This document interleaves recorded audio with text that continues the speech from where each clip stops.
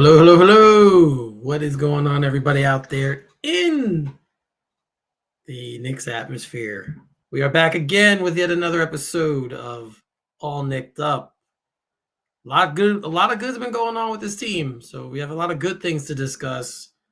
After all the years of discussing bad stuff, we finally have some good stuff to discuss, but we're definitely going to get into all of the topics surrounding the Knicks at the current time.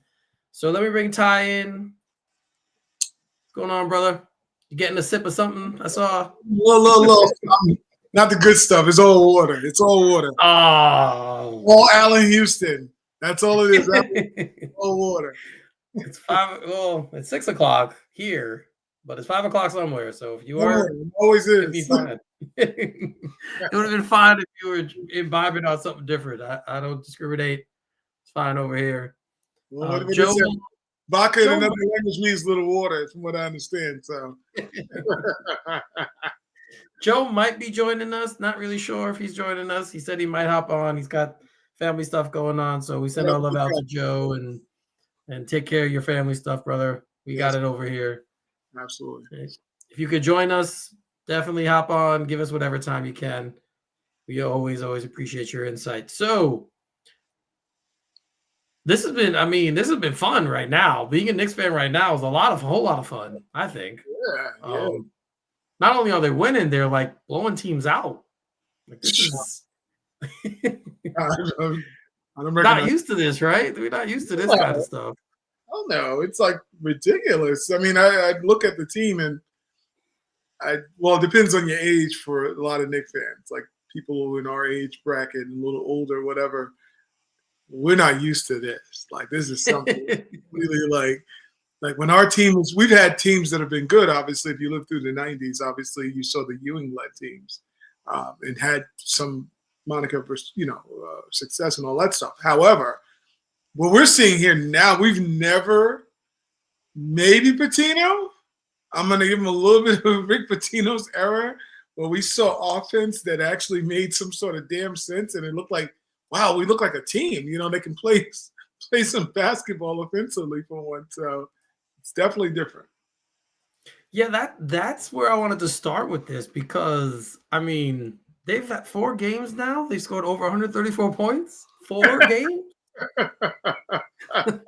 What is this team? Like you said, what are we watching here? But what do you think is the biggest reason for the Knicks looking how they're looking now? I know what my reason is, but what do you think is the biggest reason? I can't sing this man's song. Well, no, let me go to actually Mays and Frankie Beverly. I don't do the R. Kelly songs, but happy feelings is in the air. They're happy. I mean, literally, you see a team that like they got freed from prison. Like they're no longer in Rikers Island. They're like free Max B. They're all out buying jewelry now and ending up at the nightclubs making beats. I just think that this team is like, oh damn, we were in jail for a long time under this last warden. And maybe we could just start having a little bit of damn fun. And we all know how fun can be. When there's nothing like, you go out, you might have had a couple drinks with your, like there's a difference between going out and having a setting with people you're unfamiliar with. And you might have a drink or two, but you don't quite got the comfort level. Then for both boys and girls is when you hanging out with your cut buddies, when you hanging out with your friends, and you got a couple of ones and everybody got a little lit up and like, we gonna turn this town out tonight. That's what the Knicks are reminding me of. Like people who got their freedom papers, it was like, well, we don't even know how to really act right now. We're just gonna go blow the lid off of everything right now. And I think that's the thing, because the Knicks players are self-disciplined. I don't think they're self-motivators. They're not guys who need to be overcoached or over-prodded to win. Right. Guys are wired to win. They're professionals. And much like anything, I have a Monica, I always tell my niece and nephew, you play hard, you can party hard. You got to, do your work and reap the benefits of some of those things. And I think that's what we're kind of seeing is the Knicks like, well, we do work harder than most teams probably, and we're very professional. So now we want to have some fun out in the court. And I think that's what you're really seeing is that. And there's actually an offense. Well, yeah, despite the actual coaching of an offense or creation of an actual set offense, um, I think that's where it starts for me because one of my biggest criticisms of Thibodeau was he was always trying to fit pieces into how he wanted to play. But the Knicks' two best players are offensive players. Yeah. Towns and Brunson are offensive players. You have to build a team in the image of your best players. Mm-hmm. For example, you brought up the Ewing Knicks. Ewing was a defensive center. He could score, but he was a defensive center. When Pat Riley came here, he didn't bring Showtime. He didn't have Magic Johnson. But he comes here. He says, this is the guy I have. He's my best player. I'm going to build a team around him. And that's what he did. And I think that's what the good coaches do, that they recognize what their strengths are and they lean into that. Not that they're ignoring defense, because they have to be better on defense. I can readily admit that. I think teams are scoring too many points against them right now. But the Knicks are also playing at a pace that's faster. They're getting up more threes, which, is the league nowadays. So they're shooting more three-point shots. Mm-hmm. They have Mitch Robinson, who's a freaking magnet of offensive rebounds. His offensive rebounding numbers are ridiculous per minute. And as we've said many times, we believe he's the key to whatever run they can make. Yeah. Because if he's healthy, he gives them something not a lot of teams have.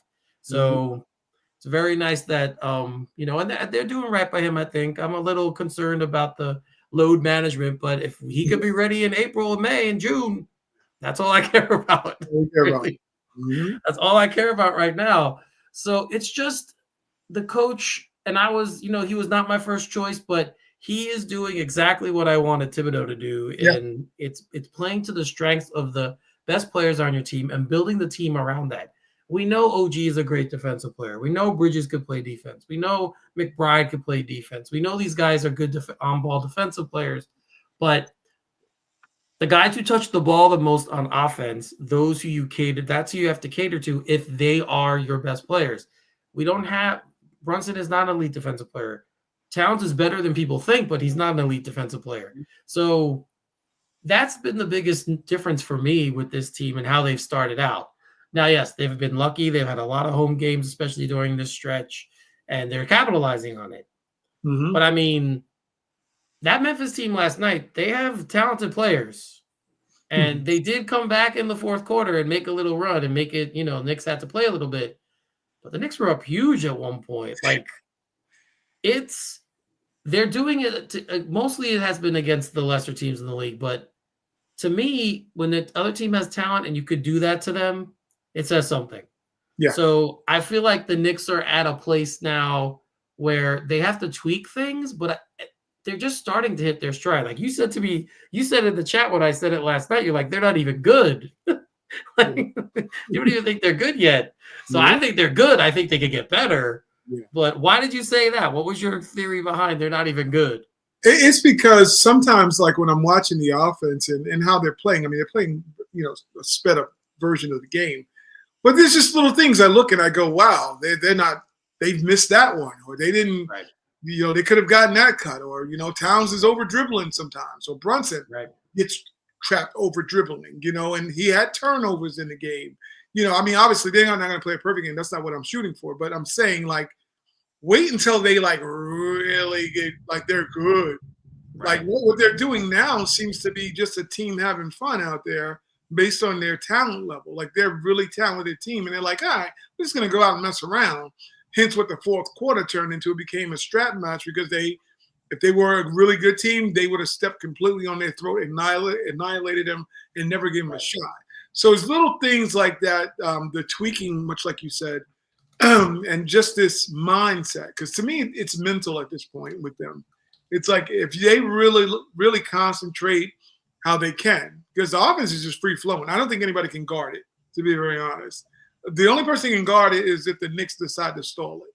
Like they decide to screw up what they're doing, which we saw a little bit last night. Some isolation plays. I was talking to someone on text message last night who's a fan of the game. Hopefully he's following the show. Big up, Sean. When going through watching the motions of the game, the Knicks at one point decided to Oh, it's like move the ball. Just keep moving it. You keep moving it, you're gonna like kill this team. Like they were dead. They had 42 points in the first quarter. So I'm like, Yeah. what is the end score going to be? Because I ended up looking it up. So the person I was talking about asked me the question. I'm like, well, who has the most points ever scored in a half? And it was 107 points by Phoenix Suns versus the Denver Nuggets. I think the game ended up 173 to 143. Yeah, kind of crazy numbers when you think about it. However, Yeah. I was like, well, what are they going to shoot for? Can they get 80 by halftime? Can they get 90 by halftime? Because they were just rocking. And, it's about getting rid of those familiar habits that they have. That's what I mean by I don't think they're good. They're not good enough that they're fully trusting the system to just do what it does because they go, okay, let me go a little ISO heavy. Or, let me have my Jordan Clarkson moments. It's like, just play the damn game. This system and how it's going and how it's revving up will reward you with wins. Don't worry about the points that you're getting as an individual. So I think that part they haven't sacrificed the whole idea of what this system can mean to them in the long run. So that's what I mean by good. They're obviously really good. They're killing teams. It's just I don't think that they're running it as good as they possibly can right now. Right. So they're good, but like I said, they have more room to grow, and they could be better.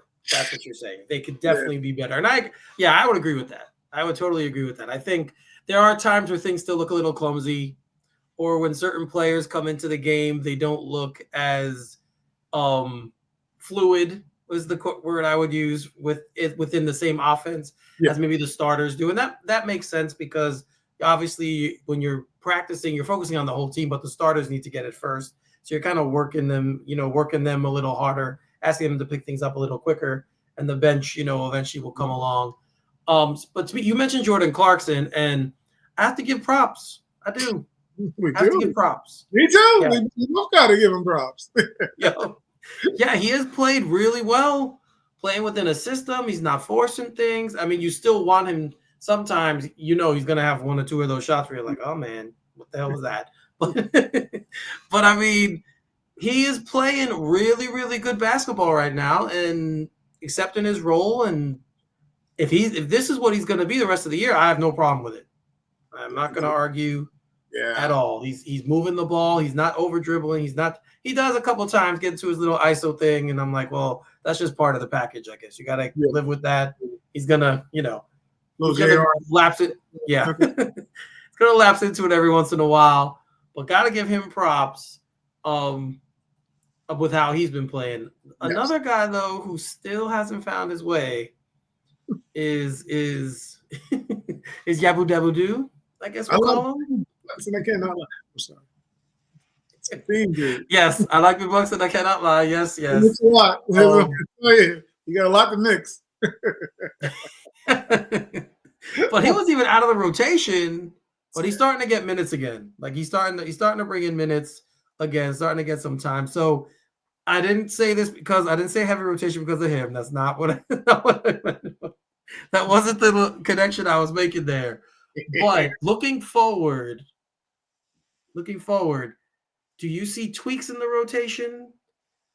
Or do you think this is the set unit he's going to go with going forward? I think this was the tweak. I think what you're seeing now, the fluidity of this, which is not saying it's as graceful as it can be, but however, looking at it, that was one of the things that to me made the difference in what we're seeing as far as the product. I was a little concerned, and I know with Thibodeau, there was this big thing about extending the bench, playing more players. And I think in if you realistic world, what Thibodeau was doing makes sense, just not as condensed. You cannot play a bunch of players. It's just not enough minutes. And guys in this league obviously are used to being in a certain rhythm in a certain role. I thought it was too undefined at one point. He was bringing out Yabusele, then he's bringing out Kolek, and then he's bringing out, Pacome Dadier. And he's like, doing what he's supposed to do as a coach. He's testing the waters to see what all these guys may have. So I'm not mad at that part. However, when you start looking at when the team started turning around, I told you about the come to light-skinned Jesus with Hart.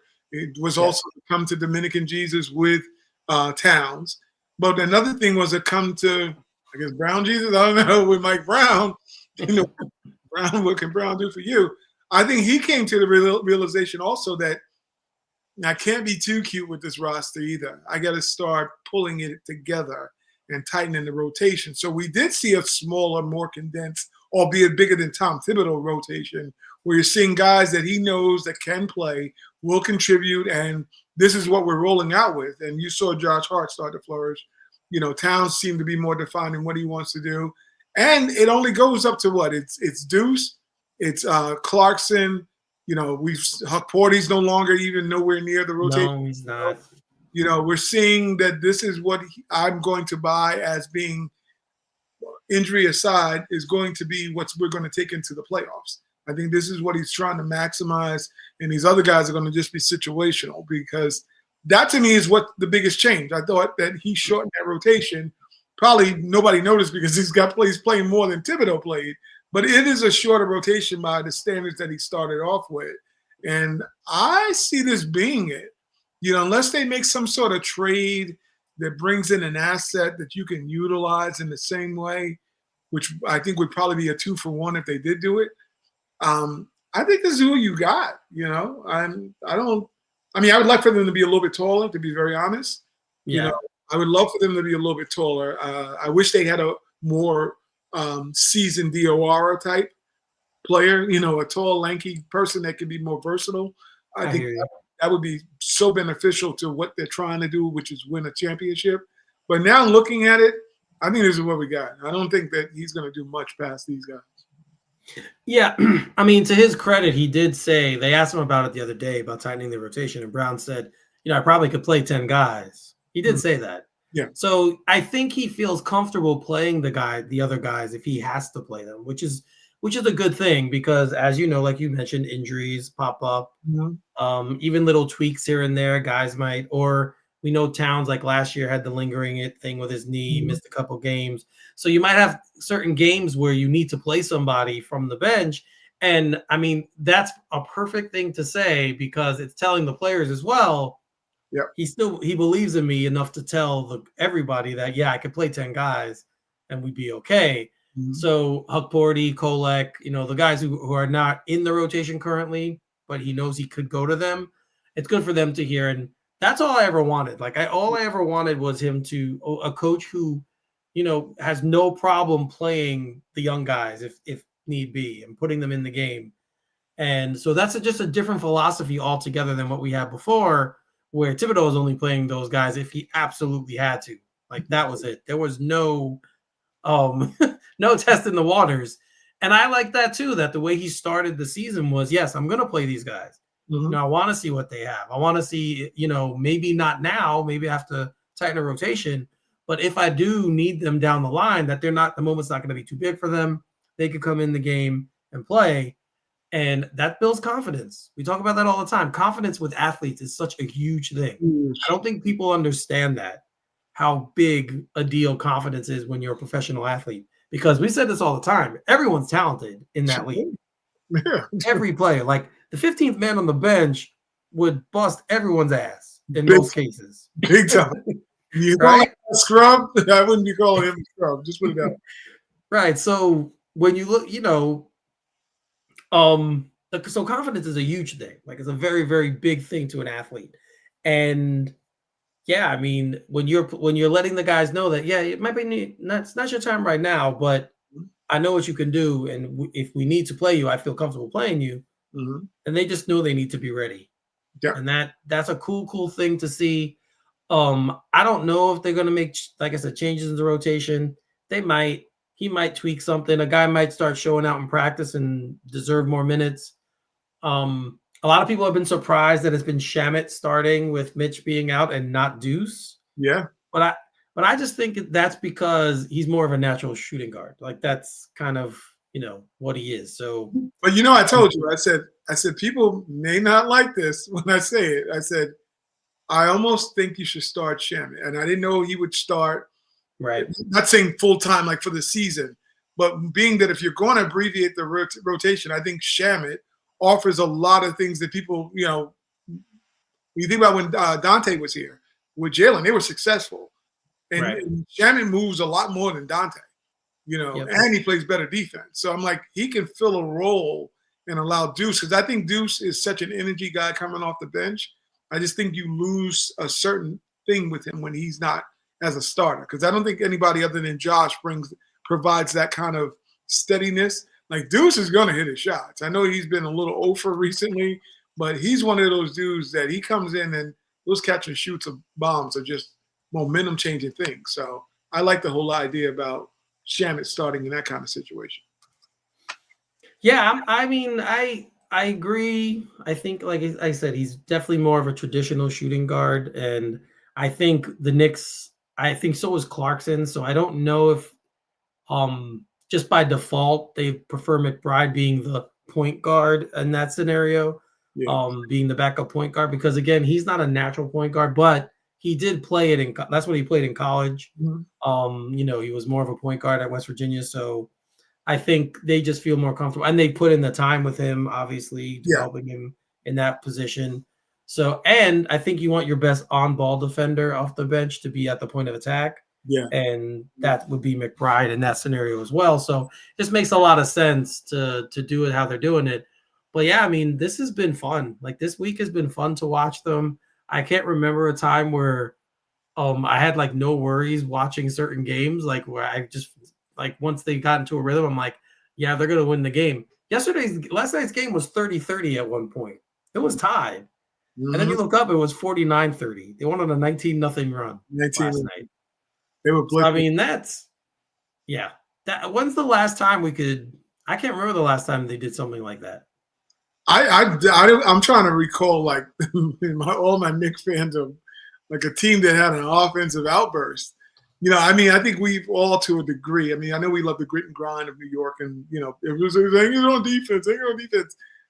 But you would take Showtime and you take 7 Second in New York, because the entertainment of what it was. Some of those teams are hard to watch. When you're scoring like 85 points. That's why New York Knicks fans have our heart palpitations, because we're like, we can't score enough points, so we got to stop.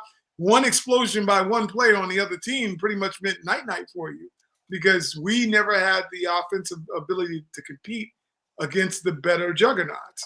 So when you saw your 7 second or less come in, you're like, man, imagine that was in the Garden. Same thing with Showtime. Imagine that was in the Garden.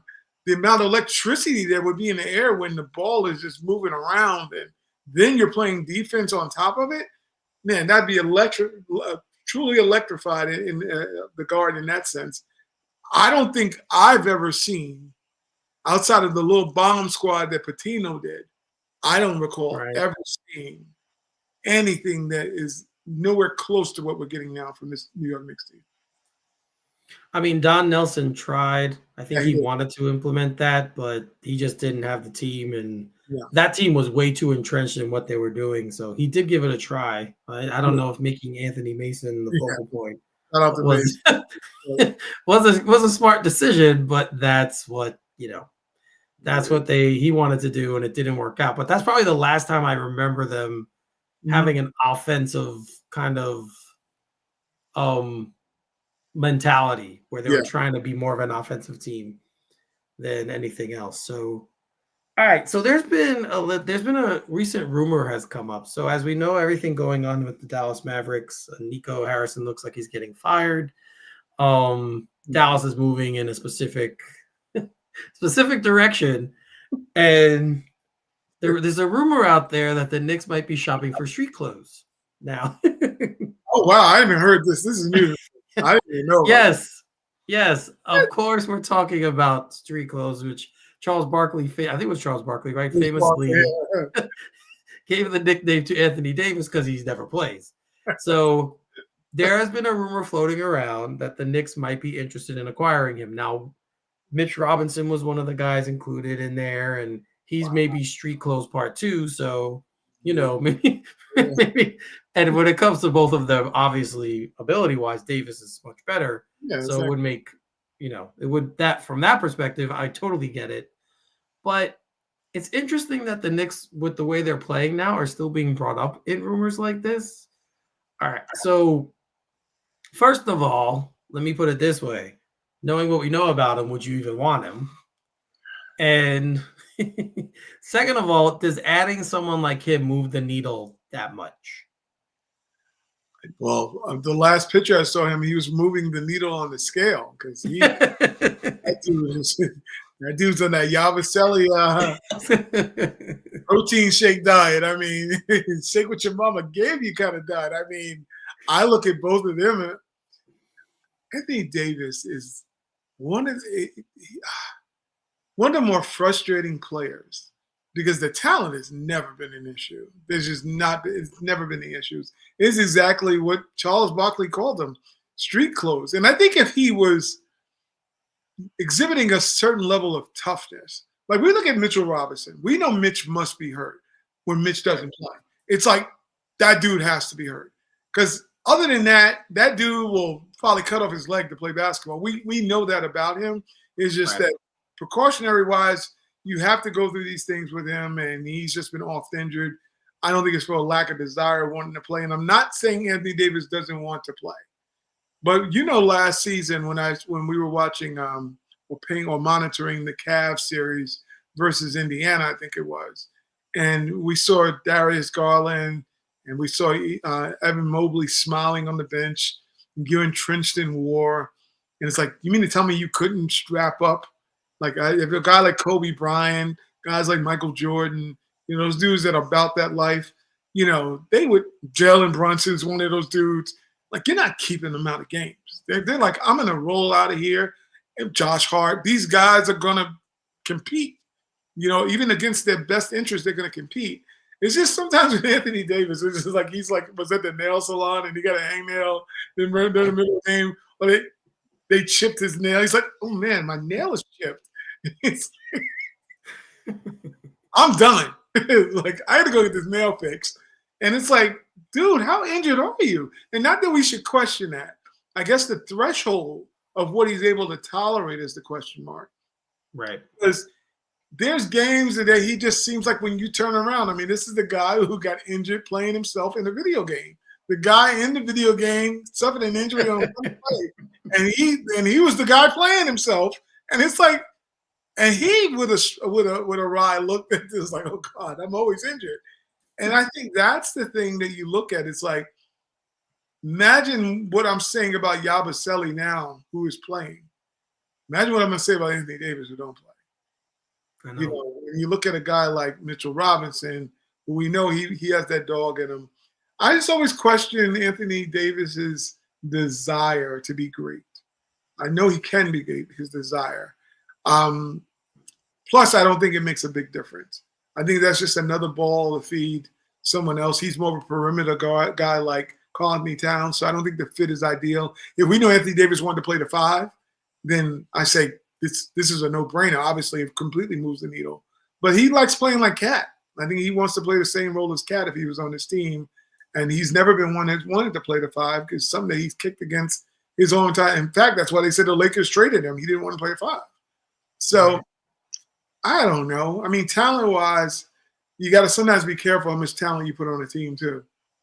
You know, because right now you have 2 stars and a lot of great high-end complimentary players that are willing to sacrifice their games as long as they can get their touches. Somebody like Anthony Davis is injury-prone and probably has a bigger ego than OG Anunoby or Mikal Bridges would have. So I don't think he's needed. Not in that way. I mean, defensively, he would immediately help. He is a fantastic defensive player. Absolutely. I mean, when he was with the Lakers, it was so evident when he wasn't playing because their defense was just, for lack of a better term, dog shit. So he does make a huge difference on that end. Absolutely. So if that was the mentality behind it, I could understand it if they wanted to go that direction. But he's 32 now, so he's on the wrong side of 30 for me. As we know, he's injury prone, as we said. That's why he's called street clothes. And the Knicks, I think, are finally figuring it out with what they have. I don't think they need to do anything at this moment. Again, when Mitch is healthy, he gives you that presence and he gives you the rebounding and he gives you all of that. And if you're gonna, he's much cheaper than Anthony Davis would cost. So what you'd have to give up, obviously, to get Anthony Davis would be a pretty nice amount, hefty amount. So I've always liked him as a player. I'll be the first one to say that. I think he's a fantastic player. He's another one of those guys, as you said, Ty. He can play inside and out. He's got no limits offensively, good shooter, all that stuff. And then he brings it on the defensive end as well. So his only drawback has always been that he gets hurt all the damn time. That's it. So I mean, if you're just looking at talent alone, of course you want to add someone like that. Like you'd always want to add someone like that. Mm-hmm. But there's just way too much involved. And I know that Dallas would definitely be asking for one of the two wings, I would imagine. It'd probably be OG in the deal. And as much as I've been hard on him since he's been here, I like how they're playing right now. I think they're starting to figure it out. Mm-hmm. I wouldn't make any tweaks, but no, I wouldn't. This rumor caught my eye because I was like, didn't we go down this road already with Anthony Davis? Like, weren't we one of his destinations when the Lakers made the trade? Like, didn't we publicly find out that the Knicks were one of the teams? Yeah. So, I don't know. Dallas is such a hit show. Put the S in front of it. Yeah. You know, when you look at Nico Harris' situation, which like I said, he might be the goat, but he's the scapegoat. That's exactly what it is with getting rid of him. But then you have Klay Thompson, who's just not. I know everybody's blaming Megan. I know that's what was going to come. But this dude has just been, after that major injury, he's just never been the same, you know, and he's gotten years older since that injury, you know, and it's the fear whenever you have those kind of major injuries that what kind of player you're going to be afterwards. So I just think that's what you're seeing from him. It's just bad luck. He's still one of the best shooters I've ever seen, the league has ever seen. For that part of his game to now suddenly to be suffering, it lets you know it's just more than just, you know, him being a terrible basketball player. It's the injuries have caught up to him and what used to make him special, because he uses a lot of base, a lot of his leg base when he's shooting. You know, I think people don't look at the mechanics of how he's not an arm shooter. He's a full body shooter when you look at him. Those things get, you know, compromised when you get those kind of injuries over a period of time. And he's had a couple of bad injuries. So, you know, but Dallas is just in a bad situation. Cooper Flagg will probably be asked to start eating barbecue too and want to get traded like Doncic after a while. He's going to be drinking beer all in the locker room. Like, please get me the hell out of here, because this is just not going to go. You don't have the best ownership anymore. Cuban at least loved basketball. We knew that about Mark Cuban. So these owners right now, they don't care about that. It's an no, like they wanted to move the team to Vegas and all that other stuff. I know that's what they wanted to do. So they definitely don't appear to be interested in building something in Dallas, which of course should be the goal. Yep. I hate when owners buy teams with the intent on moving them. Like, I don't know. That's a proud franchise. They've won a championship in the past 15 years, and I could never imagine an NBA team not being in Dallas at this point. So that would suck if that actually happened. But it doesn't appear like the NBA wants to allow that. So, and again, people always say, "Oh, the owners own the team." They actually don't own the team. No. The NBA owns the team. Yeah. Yeah, but that's what I understand. Yeah. Like right. They kind of rent it. It's an expensive rent, but they kind of rent the team. That's right. The charter, essentially. That's what they own. But the NBA owns the Dallas Mavericks. And that's why every time a sale is made, if a team wants to relocate, the league has to approve it. Yeah. The Board of Governors, they have to approve something like that. So, you know, I don't see that ever happening in Dallas. It happened in Seattle, which I was shocked when that happened. But yeah, if there's another place, if there's somewhere a team's going to be moved, that should be or built. That should be where it is. Seattle is the place. Seattle should have. Yeah. I don't still know how the Sonics left. That to me is just weird. That's just weird. Not that, and don't get me wrong. OKC has probably the best fan base outside of I'm biased because we're New Yorkers, but I'm just saying. OKC probably still, minus New York, I'll say move us into second place. OKC probably has the best fan base. Yeah. Because in that little city or whatever, one of the little smaller cities, out of all the rest of the grand ones, that house is packed all the time. And there's a home court advantage to playing there. So that lets you know how passionate they are about their basketball there. Agreed. I mean I hated the move, but looking back at me now, it obviously has worked out. Give them Charlotte or something. So yeah, I was thinking. I always say that, like the Hornets. Yeah, lose. Although that's the second time we're in Charlotte, like so I don't know if they want to pull the team from Charlotte again. But the team we played last night, I could see as a That's possible what that relocate. team said. You're right. Memphis should Or Seattle. or New Orleans or the Pelicans. They're the other team Yeah, because that team I is. could see. It always baffles me when I look at these teams like the New Orleans and the Charlottes and obviously Memphis was great at one point. Yes.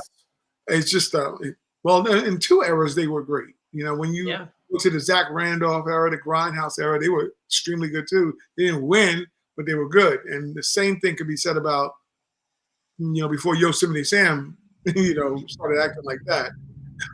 Which I'll bring up a point about him, but they would have had a great fan base too there, probably if not for all the off-course shenanigans. So Seattle definitely deserves one of those franchises because I'm sick of watching these teams lose. Why is the NBA not tired of? How do they have a fan base when every year you're coming in last? Like every year that you're going to be in the lottery. I think that's what they need to. If they want to restructure something about the NBA, allow a team to only be in a lottery for 3 years. After that, you're no longer allowed. Give you three years to kind of get your stuff together. If the fourth year, you're not even entitled to get in the lottery at all. Right. Start winning. After three, if you have three first round, three lottery picks, you can't change your franchise. You don't need a franchise. It's true. If you have three, I mean, draft picks aren't a guaranteed science, but if you have three of them, and depending on where you're picking, you should at least be able to hit on one that could change your franchise, and that when you're picking that high. So, definitely, yeah, I mean, people will say the Pelicans did with Zion, but I mean, that guy. If you pick a guy who, and granted, I can't fault them for picking him because the package was and you didn't know that this was going to happen. Like you didn't know that he was going to get injured and eat himself out of the league the first couple of years. And I don't care if he was upset being there and all that other crap. Dude, you're getting paid $1 bazillion to play basketball. Like suck it up. Yeah, that's a lot. You literally, if you don't want to live there, don't live there. In the offseason, live wherever the hell you want. Go and live where you want. And there are worse places in the world to live than New Orleans. Like, especially for a young guy who has money. That is a pretty damn good place to live. So, all those things like he was upset, he didn't want to go there. You know what? You're a grown up now. Sometimes you gotta just do things because that's where life takes you. You just gotta do what you gotta do. Yeah, I hate it. I hate when players like dictate where they're gonna go. I hated what Steve Francis did when he did that. That was disgusting what Steve Francis did. I hated what happened with Eli Manning in the NFL, where they told everyone not to draft him because he only wanted to play with the Giants. I mean, it worked out in the long run for him, but I mean, think about the franchises that want to pick you. They're picking you because they believe in you. That should be enough. Yeah, and they need you. Look at Utah's situation with the kid from what's his name? They just drafted him. When he had the manager said that he's the rookie, current rookie Ace Bailey. Ace Bailey. He didn't want to go to Utah. That's going to pay off for him in the long run because you're getting playing time. You're going to be the most popular guy on the team. The city's going to think you're the thing. If you went to like Philadelphia or somewhere, you're just going to be thought of as another player. Or Charlotte, Brooklyn. What are you going to? No. Utah, for one thing, they're passionate about their fans, and it gives you a chance to develop too. So it's funny you say that because I was bringing up the Ja Morant thing. So Knicks fans who are sometimes often too thirsty. He was exiting Madison Square Garden, and some Knicks fans like, "Whoa, Ja, come to New York," and he's like, "Nah, I'm cool." I wanted to tell him, "Nah, we cool. We don't want none of that action. Are you serious?" Shout out to that fan who needs to be in therapy. Why in the hell would you want to trade Ja? You going to trade Brunson for Ja Morant? I mean, what is what kind of crack pipe fell out of that fan's pocket? And don't get me wrong, you're talking to somebody who was a huge John Morant fan coming. I I know. was like, John Morant, pick John Morant. Not now. It's like last night he literally was just he gave Memphis the finger. He might as well have played on New York and said, I'm gonna go sit on their bench because I have no reason to try to win any of these games for you as my teammates or this franchise. Because I didn't see one basketball play from John Morant last night. I saw a guy who was going through and it says, all right, I'm going to pass this guy I know who can't score the ball. I'm going to go through the motions and I'm going to be in attendance. You might as well just got a ticket and sat and ate popcorn with Spike Lee. You don't want to play basketball. Right. As a competitor, no matter if you hate your franchise, did Michael Jordan not hate how the Chicago Bulls treated him? He did. He won 6 rings. Hating the team. Are you serious? People played for Dolan and still competed, and they didn't like him. They hated him. So it's like your competitor still at the end of the day. How do you go out there and nonchalantly just show up? And one Knick fan, come on, John. What? You got guys here that are leaving it on the floor, and you want that idiot? You lost your damn mind. There is only one reason why he would never want to play here. We know. Because the media would completely eat it. Yes. He can't hide. He would not be able to hide. And whatever franchise he goes to is one that he's going to be able to dictate what it is he wants. So when people have said Miami, not happening. Nope. I mean, you'd have to have a come to dreadlock Jesus moment because I'm trying to tell you, he is not coming. Or you think you Pat Riley told him, LeBron James, you're not running things around here. You think John Morant and his daddy are going to show up in Miami all of a sudden? Oh, no. I don't think his dad will be allowed in the arena. Hell, he wouldn't even get off the airplane. Can you imagine Pat Riley? He can't. No. He can't go to Milwaukee. People's like, oh, send him to Milwaukee. You think Giannis is putting up with John Morant? Are you serious? Giannis has more attitude than anybody in the league. You know, he probably make the Nasty sit on him and can't leave him. What? So where's he going? There's not a franchise that's touching that guy. We talked about it last week, but seriously, there would have to be I don't even think Dave Griffin will even take him in New Orleans because he believes he runs things too. I know. I don't know. I can't imagine a place that would take him for the reason we've talked about. I can't think of a place. If Pop was still running things, I could see San Antonio being a destination because he could get him. Yeah. He would be San Antonio too. Yeah. So I think that would. Dallas. Yeah. I think Dallas is such a hit show. They're the only ones right now. They're probably the only ones that could take him, and it wouldn't look as screwy probably. But I don't know. Who would? Portland's Indiana? Maybe Carlisle. Indiana probably could take him. Carlisle, he wouldn't get away with that with Rick Carlisle. But then you'd have to, when Halliburton comes back, you'd have to play both of them together, and I don't know if they can play together. No pun intended, but Morant's a non-shooter. Although he's a shooter, he can't shoot. Yeah. He's terrible from the field now. So I don't know. I don't like I said. Boston. That might be. I could see Boston. That might be the best bet for him to go to Boston because the leadership that's in there. Right. That's what I mean. Because Joe Mazzulla is not. He's more nuttier than a Planners Factory. So could you? Yes. Let me tell you, I'll pay for that locker room to hear that because that dude's a whole nut. So maybe you're onto something there, Eric. Maybe. And then you have you have Tatum and both Brown. Now I think Brown would probably be traded in that deal, so I don't know how that would work out. Unless they could do a keeping both, which would be crazy to me. But I mean, definitely both of those guys are gonna be like, yeah, we don't do that here, and you're not gonna do that here either. Yeah, you're not you're not doing it. Right. You're not. If you want to play here, you need to be on your best behavior and all that shit. Yeah. Because that is not gonna fly with that team. So that's probably the other team I could think of, solid team, championship, already won a championship, so they have the pedigree. They could sit there and be like, yeah, we don't need you. When everyone's healthy, we don't need you. So Yeah. that's probably the only other team I can think of that would bring him in.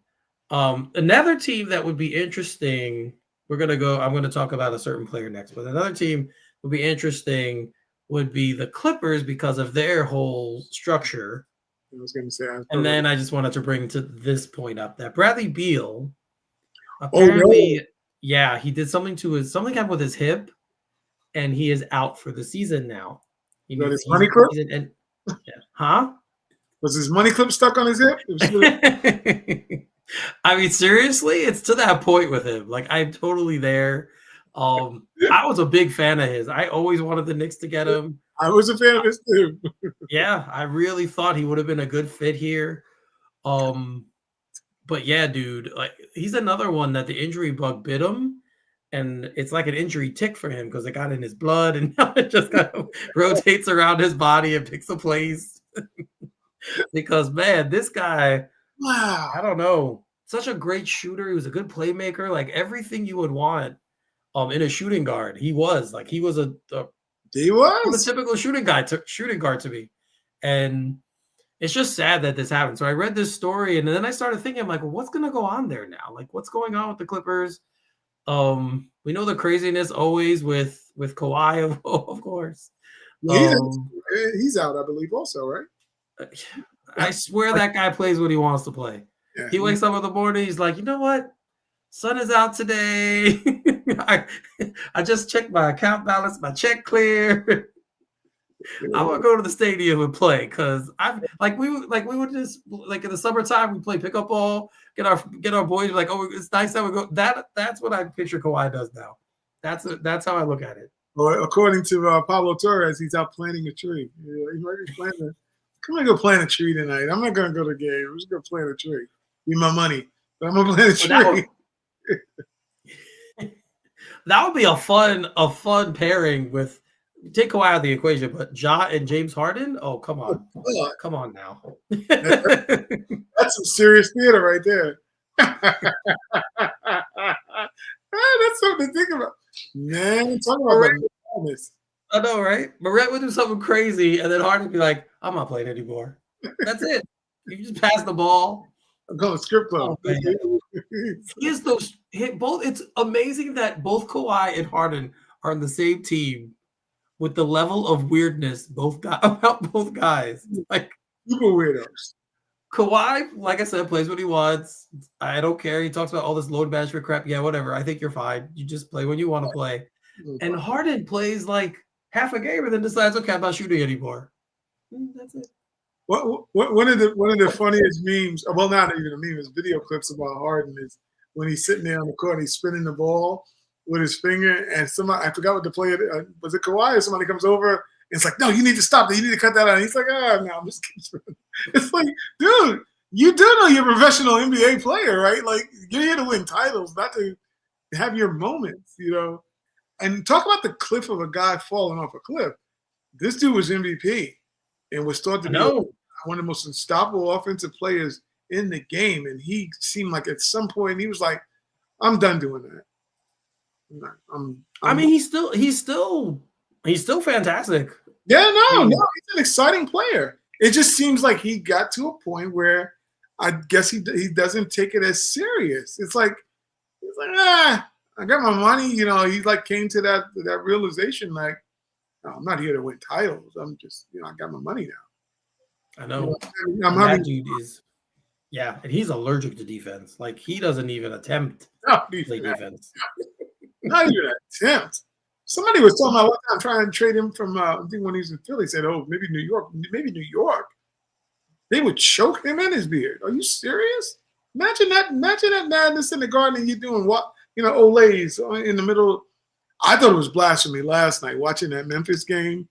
And who is it? Was it Jordan Clarkson? Like basically drove from like the 3-point line and was like, well, I'm just going to lay this up. And Memphis watched. I'm like, that coach They either trying to get their coach fired or he needed to be fired. I don't know which one it is because clearly that disconnect is unacceptable on any level, whether it's the coach's fault or not.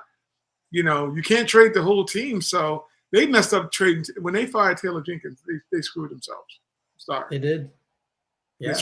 I mean, yeah, you can't let the players run the team. And, that's what happened. I mean, people would say the Knicks did that with Thibodeau, but if you want, you believe the stories that they were the one, like the players said some stuff, and then that's what made them get rid of him.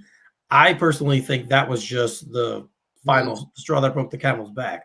I think Thibodeau was 3/4 of the way out. Yeah. They were ready to move on from him, and they were saying, okay, if the players still support him enough, maybe we'll run with him again next year. But when players are like, Chief, we done with this dude. And look at how the Knicks are playing. They were done with him. They were done with him. They were. They were done with him. They were done with him. Energy where you go, oh, maybe they wanted Tibbs back. It's like they put him in the rear view and they took off. They never, even Brunson, I said at one point when he was on his show, he talked about the excitement of still playing for Mike Brown. He showed Thibodeau respect. But he's like, I'm excited about this new opportunity and this new thing. So when hearing those echoes, I'm like, yeah, probably because his dad was sitting there. I know he's best friends with Thibodeau.